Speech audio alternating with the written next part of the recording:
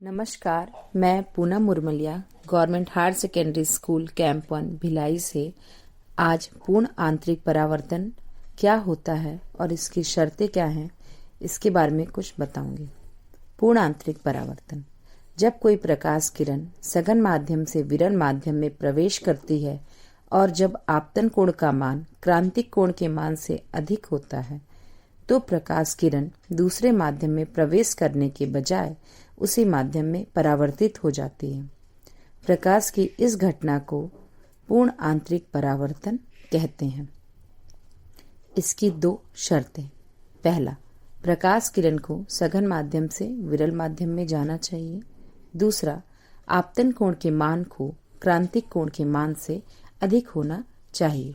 अब हम जानते हैं सघन माध्यम और विरल माध्यम क्या होता है। सघन माध्यम और विरल माध्यम को हम इस प्रकार समझ सकते हैं।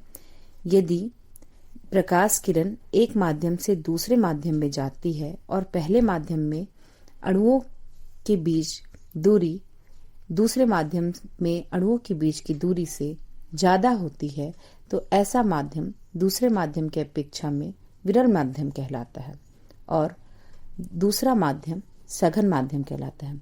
यदि प्रकाश किरण वायु से जल में जाती है तो वायु विरल माध्यम होता है और जल सघन माध्यम होता है। जानते हैं परावर्तन क्या होता है। जब प्रकाश किरण का किसी सतह से टकराने के पश्चात पुनः उसी मार्ग में लौट आती है तो प्रकाश की इस घटना को हम परावर्तन से परिभाषित करते हैं। क्रांतिक कोण जब कोई प्रकाश किरण सघन माध्यम से विरल माध्यम में प्रवेश करती है तो आपतन कोण के उस मान को जिसके पश्चात अपवर्तन कोण का मान 90 अंश होता है क्रांतिक कोण कहलाता है।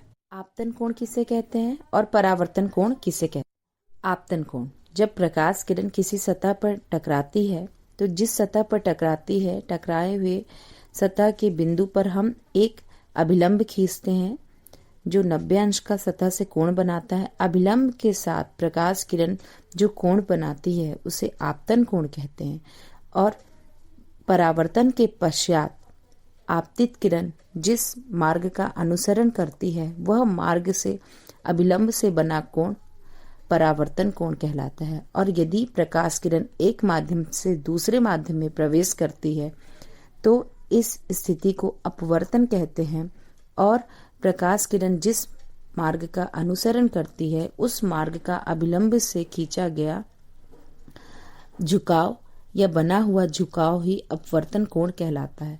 इस प्रकार हम पूर्ण आंतरिक परावर्तन को